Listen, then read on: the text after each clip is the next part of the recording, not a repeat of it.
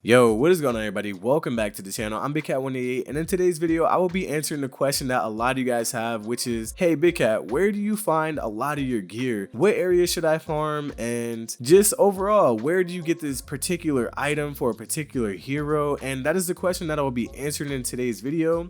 As always, if you guys are new to the channel, subscribe, like this video if you do end up finding it helpful and enjoyable. And yeah, let's hop right into it, man. So look, there have been a group of people that started a spreadsheet for this game, and honestly, shout out to everybody who has contributed to this spreadsheet, because I do use this information a lot, especially when I'm trying to tell you guys where to farm gear, how certain things work in this game. I do end up using this spreadsheet because they have like pretty much gathered a lot of information about this game, and also where to find gear, and also things about statistics that you guys might not know. So I'll be covering all of that in today's video. So I will put a link down to the spreadsheet in the description below. So we're just gonna go through this spreadsheet together and just look at everything it has to offer. So for the main question of Big Cat, where do you farm your gear? What area should I farm? Now, this is what I look at. There is a pretty much a name set page, a name set tab on this spreadsheet, which has every hero and their name pieces of gear. Now, they are currently still finding out more gear sets as they go, and they keep constantly updating the spreadsheet. So shout out to them for that. And also just be aware of that when you go to look for a particular piece of gear that you know your friend might have or that you kind of want. But this is pretty much what I'll do. So for Black Widow, each category for each character: the melee, the range, the defense, and the heroic piece of gear. Say that I'm looking for a melee build, I will try to find like the best gloves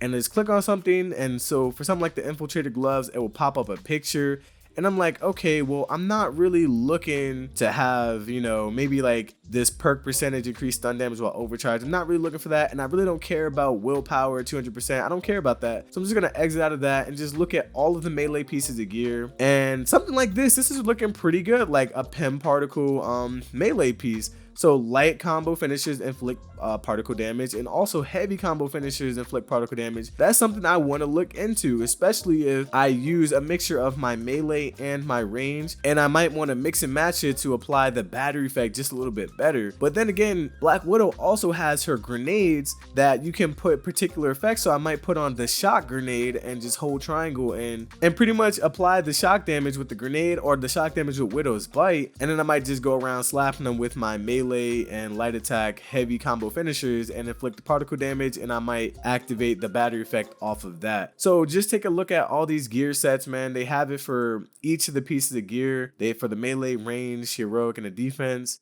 This is pretty much what I use to find out what pieces of gear that I'm looking for. Also in this spreadsheet, they have things like where to farm. They have stats and all the things that you need to know about status effects, everything you need to know about damage modifiers, how I've told you guys about the battery effect. They have that right here. They also have enemy status effects, all the types of status effects that enemies can apply to you and pretty much what they do. They have a useful info tab where they pretty much tell you how much it takes to go from 130 to 140, how much materials it takes, what loot rewards, and the locations that you get on the first weekly completion. You get like some special loot. And now they also have individual hero tabs where they also have the gear sets that we've seen in the name sets tab, and then they also have the perks, all the potential perks that you can get for each character. So if you guys are looking for a particular perk setup, well, this tells you that you can only get these options when you are farming for a piece of gear. So if you guys are looking for like something that does something like 135% just for regular attacks, well, she cannot do that.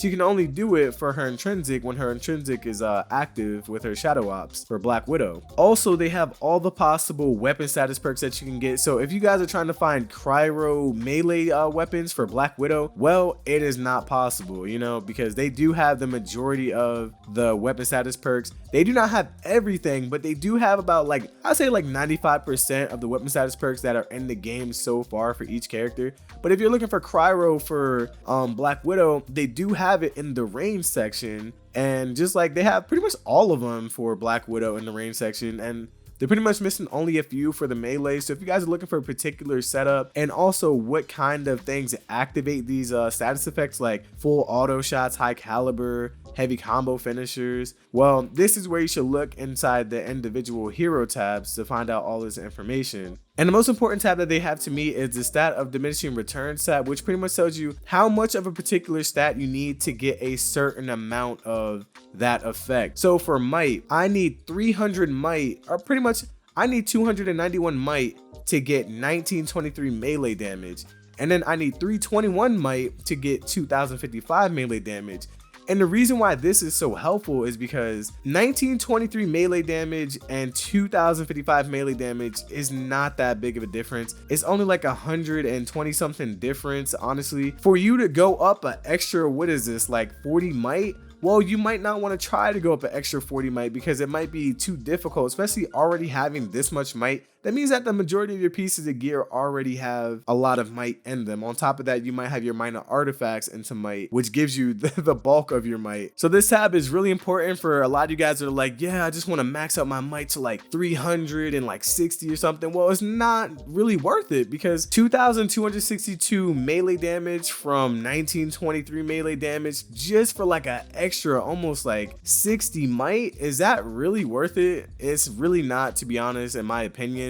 They also have it for other stats such as proficiency, because once you start hitting a certain point, this is why it's called the stat of diminishing returns, because once you start hitting a certain amount of a particular stat, the rewards aren't really necessary, or they aren't really worth it, because for 162 proficiency, you only get 23 crit chance. Now for 122 proficiency, you get 20 crit chance.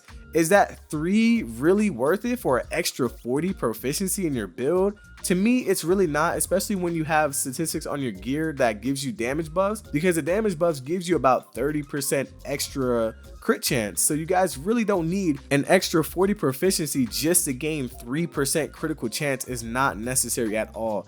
And then once you start getting into like a whole extra almost 100 proficiency for only, what is that difference? 5 extra crit chance? Come on guys, it's really not worth it. You do not need that much proficiency. And this is what I look at when I'm looking for builds for like my Hulk or my Thor or any of the heroes that I'm going to give you guys a build guide for. I look at this because I'm like, okay, well, for intensity and stun damage meter, I remember seeing a comment where somebody said their intensity or stun meter was super duper high, but is it really worth having so much intensity for a fall off of something else? Because if you have this much intensity, like 250 just to get 84% stun and status meter damage, you are going to fall off somewhere else. Maybe that might be in your might, that might be in your willpower recovery, your overall health, or your overall armor, your valor. You're going to be falling off somewhere if you have this much intensity. Around 40 intensity, maybe even 80% intensity, that's a good area to sit in, because 43% to about 57%, that is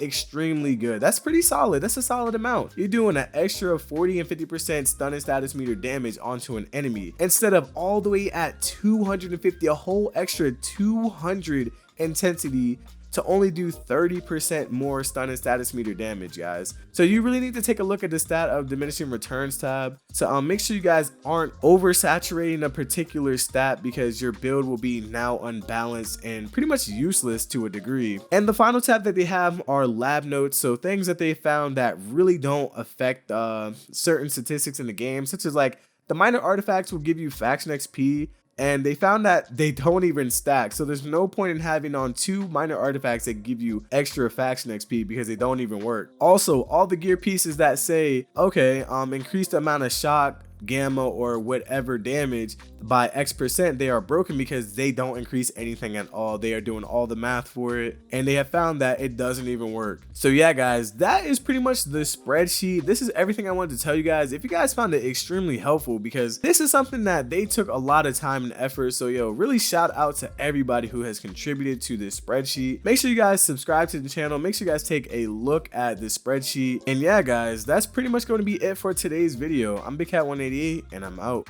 Peace.